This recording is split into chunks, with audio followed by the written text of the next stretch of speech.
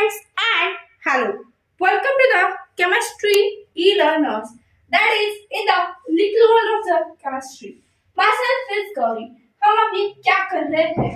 हम अभी surface chemistry ये टॉपिक कर रहे हैं. क्या कर रहे हैं हम अभी? Surface chemistry. इस सरफेस केमिस्ट्री में आज हम क्या करेंगे?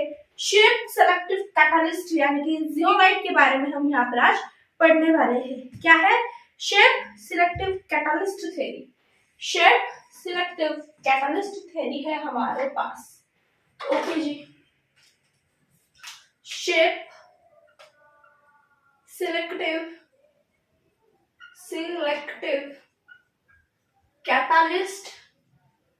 Catalyst theory. इसमें हमें क्या है? एक जियोलाइट, एक पूरा का पूरा टाइप हमारे पास प्रेजेंट है. चंद 3 से 4 लाइन में कंप्लीट हो जाता है. अच्छे से देखो. जियोलाइट का मीनिंग क्या है हमारे पास? Aluminium silicate.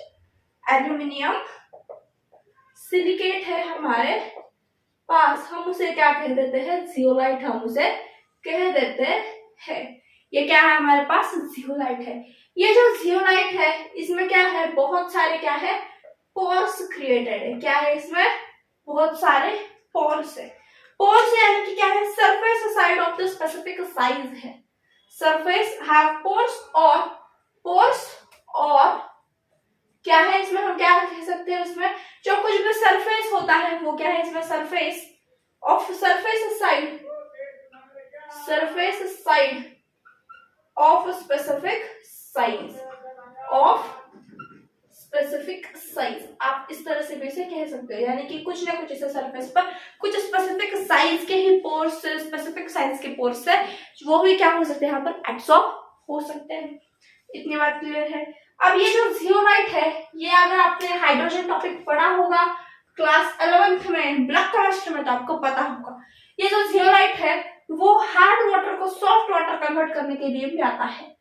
हार्ड वाटर को सॉफ्ट वाटर में कन्वर्ट करने के लिए भी यूज आता है. ओके जी. वहां पर हम उसे क्या कह देते हैं?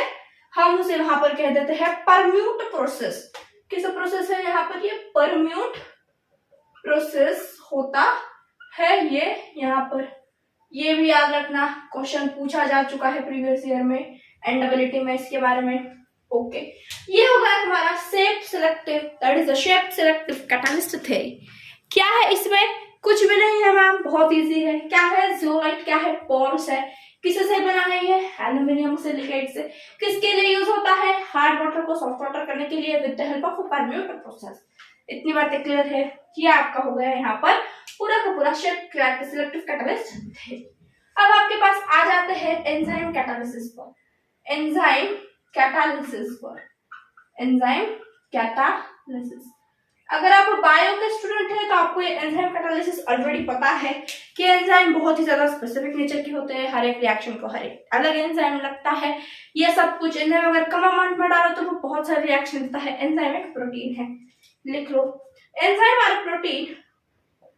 Enzymes are proteins. Enzymes are proteins act as biological catalyst.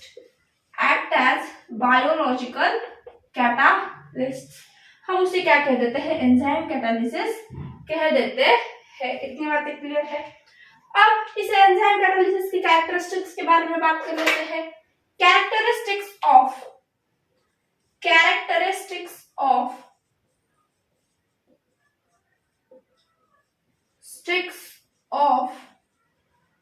enzyme catalysis. इसके बारे में हमें क्या पढ़नी है? थोड़ी सी इंफॉर्मेशन लेनी है. सबसे पहले enzymes are highly effective.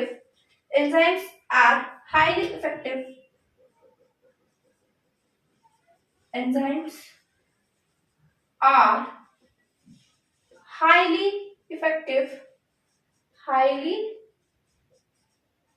effective as one molecule enzyme catalyze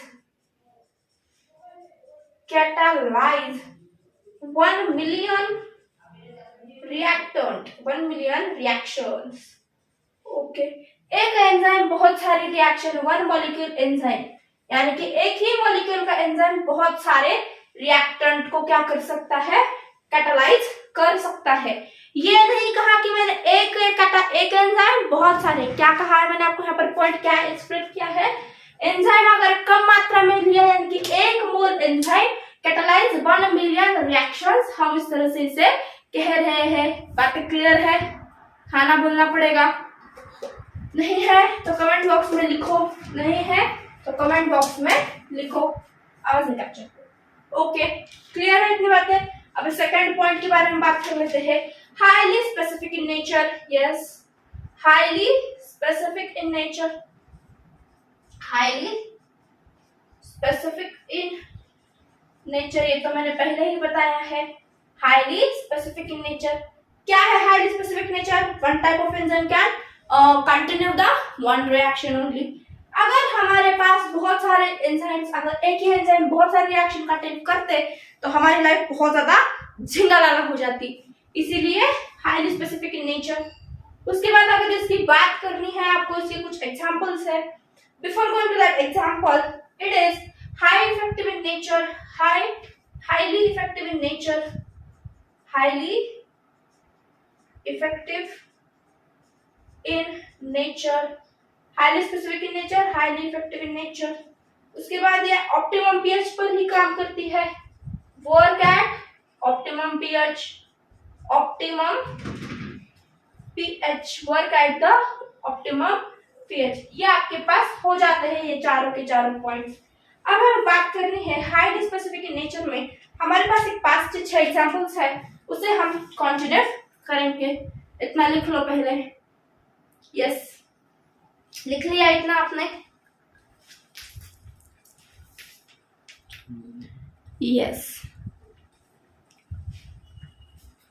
इतना लिख लो। फिर ये सेकंड वाले एग्जांपल्स, हमें 5-6 एग्जांपल्स है हमारे पास। चलो, स्क्रीनशॉट्स भी ले सकते हो आप, अगर कोई पीछे है तो लिख लेना बाद में। अच्छे से रिवाइज करो सिलेबस को, बहुत सारा सिलेबस कंप्लीट हो चुका है हमारा।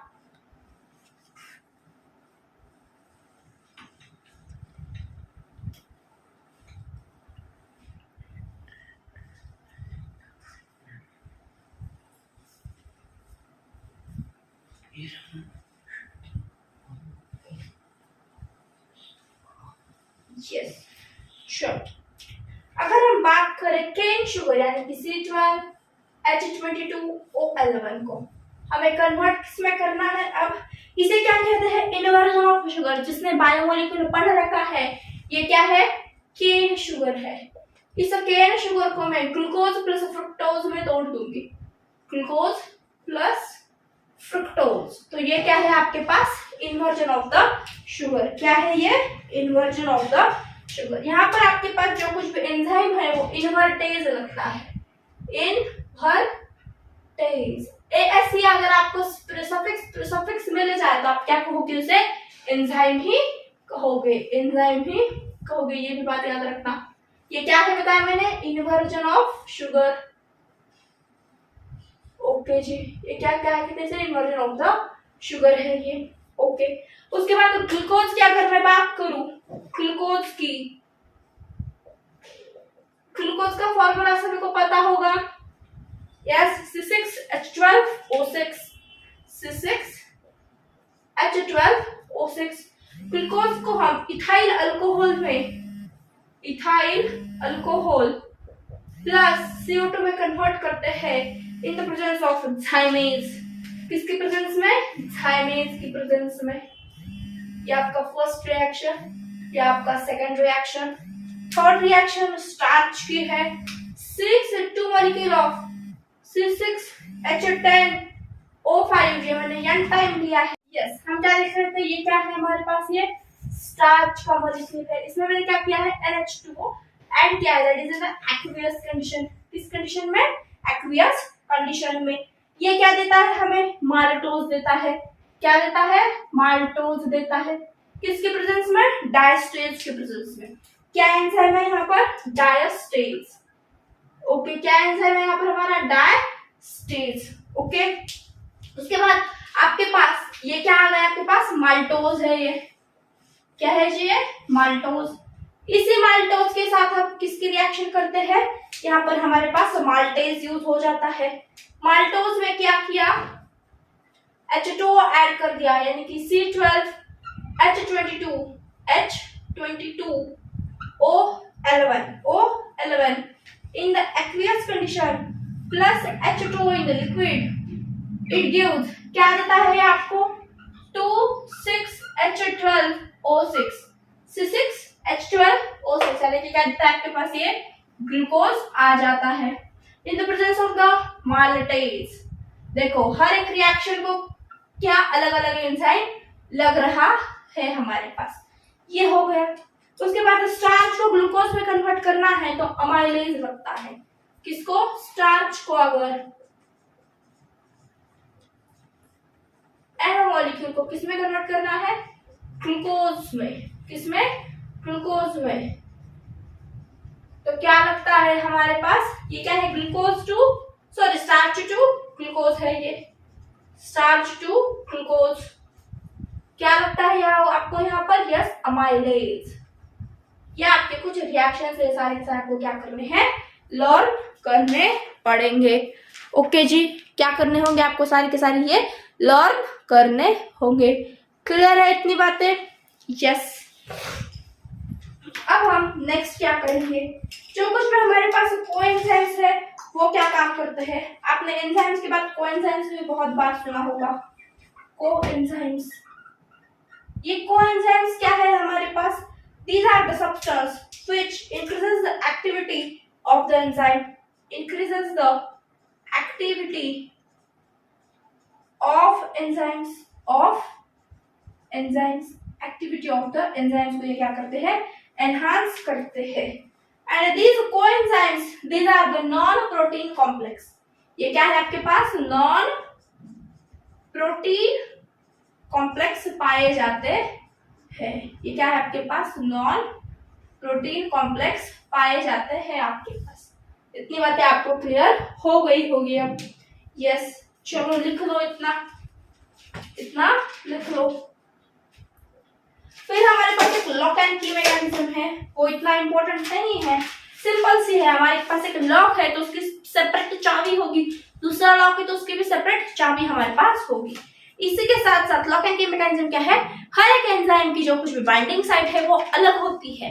हर एक एंजाइम की बाइंडिंग साइट पे स्पेसिफिक नेचर की होती है। वही हमें लॉक एंड की मैकेनिज्म समझाता है। इतनी बातें क्लियर है आपको? अब उसके बाद आ जाते हैं हम colloidal solution, which is the very important and the most important topic in your for the point of examination 5th and in that chapter also. So we continue colloidal solutions in that lectures. क्या होता है colloidal solution? किसे कहते हैं colloidal solution? colloidal solution इसे कहते हैं जिसकी साइज 1 नैनोमीटर to 100 नैनोमीटर के बीच हो। किसके बीच हो? साइज पे हम इसे डिसाइड कर देते हैं। पहले तो हमारे पास ट्रू सॉल्यूशन है, कोलाइडल सॉल्यूशन है एंड सस्पेंशन है। एंड क्या है? सस्पेंशन भी है। ओके जी,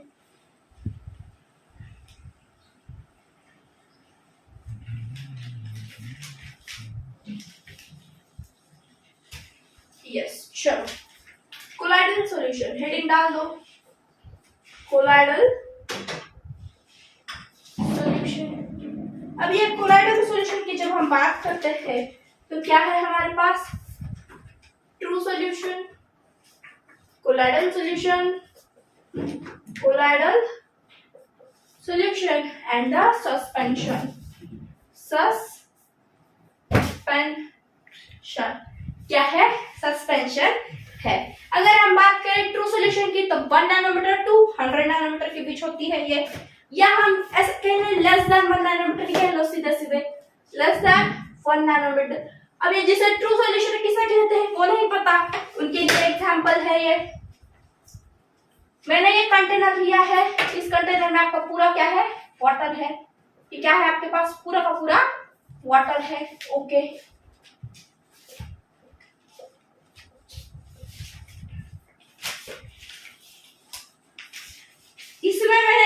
गया है थोड़ा सा हमारा जो हम नमक खाते हैं वो, दैट इज NaCl।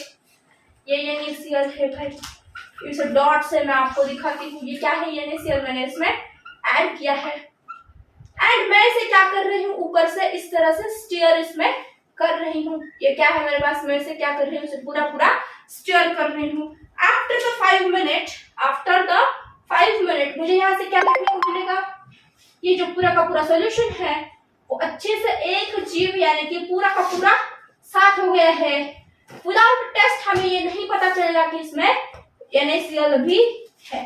तो हमें देखकर पता चलता है कि इसमें NaCl है, नहीं पता चलता, हम उसे क्या कह देते हैं, ट्रू सोल्यूशन। पूरा का पूरा इतना वो उस पानी के साथ घुल मिल जाए कि हमें देखने के बाद उसे समझ नहीं आए, हम उसे क्या कहते हैं, ट्रू सोल्यूशन। अब कोलाइडल सोल्यूशन क्या है, colloidal solution size is 1 nanometre to 1000 nanometre. ये उसकी क्या है, रेंज है 1 nanometre to the 1000 nanometre. Yes, इसका एग्जांपल की अगर आप बात करोगे तो मान लो ये क्या है मेरे पास, कंटेनर है। अब ये क्या है मेरे पास, एक कंटेनर है। इस कंटेनर में क्या है, पूरा का पूरा पानी भरा हुआ है। अब मैंने क्या किया, इसमें जो कुछ हमारे पास प्रोटीन पाउडर आती है वो मैंने यहाँ पर ऐड कर दी। अगर आप जिम में जाते हो तो आपको वहां पर प्रोटीन पाउडर दी जाती है। प्रोटीन पाउडर मैंने इसमें ऐड कर दी। आफ्टर द प्रोटीन पाउडर आपने उसे अच्छे से शेक किया। जब आपने उसे अच्छे से शेक किया तो आपको यहाँ पर क्या दिखाई पड़ता है, थोड़ी थोड़ी वो पाउडर दिखाई पड़ती है, बारीक बारीक कण का क्या हो ना आपको वो दिखाई पड़ता है। उसे क्या कहते हो आप, कोलाइडल सोल्यूशन। साइज किसके पीछे, 1 नैनोमीटर टू 1000 नैनोमीटर। एंड यहाँ पर क्या है, ग्रेटर देन 1000 नैनोमीटर है यहाँ पर साइज की रेंज। सिंपल सा एग्जांपल है ये। वाटर लिया है मैंने, इसमें मैंने क्या किया है, सॉइल डाल दी है। क्या डाली है मैंने इसमें, सॉइल। ये पूरी की पूरी क्या है आपकी, है सॉइल है। यहाँ पर क्या हो जाएगी, नीचे आकर सेटल डाउन हो जाएंगी, हम उसे क्या कहते हैं, सस्पेंशन। इतनी बातें क्लियर होगी आपको, यस इतना क्लियर है आपको, यस। फिर हम इसमें कोलाइड्स में भी कुछ हमें और पढ़ना है, कोलाइड्स में भी और पढ़ना है। कोलाइड्स में हमें क्या क्या देखना है मैम, कोलाइड्स में अगर मैं बात करूं तो आपके पास आ जाते हैं, that is the dispersion medium, dispersion medium and dispersion phase, dispersion phase, okay, dispersion medium and the dispersion phase। dispersion medium किसे कहते हैं, अगर मैं आपको सिंपली बताऊं तो dispersion medium को मैं क्या कहती हूँ, सिंपली सॉल्वेंट। एंड ये जो आपके पास dispersion phase है उसे क्या कहती हूँ मैं, सोल्यूट। सोल्यूट एंड सॉल्वेंट, इस तरह से याद रखोगे तो आपको ये याद रखने में आसानी होगी। सॉल्वेंट है डिस्पर्शन मीडियम, ओके। डिस्पर्जन का मीनिंग क्या है, ये जो डिस्पर्शन यहाँ वर्ड है उसका मीनिंग क्या है, स्प्रेड होना। एंड स्प्रेड हमारे पास क्या होता है, दिस इज द सॉल्वेंट, हमारे पास स्प्रेड होता है। क्लियर है इतनी बातें आपको, ये होगा आपका कोलाइडल्स का क्लासिफिकेशन। अब हम और क्या बात करने वाले हैं, जस्ट अ मिनट, इतना लिख लो आप, अच्छे से नोट डाउन कर लो, यस। अब जो कुछ भी बातें हैं रिमेनिंग, अब हमें बहुत कुछ पढ़ना है इसमें, तो हम नेक्स्ट लेक्चर में पढ़ेंगे। तब तक अच्छे से स्टडी करो, इसे अच्छे से रिवाइज करो।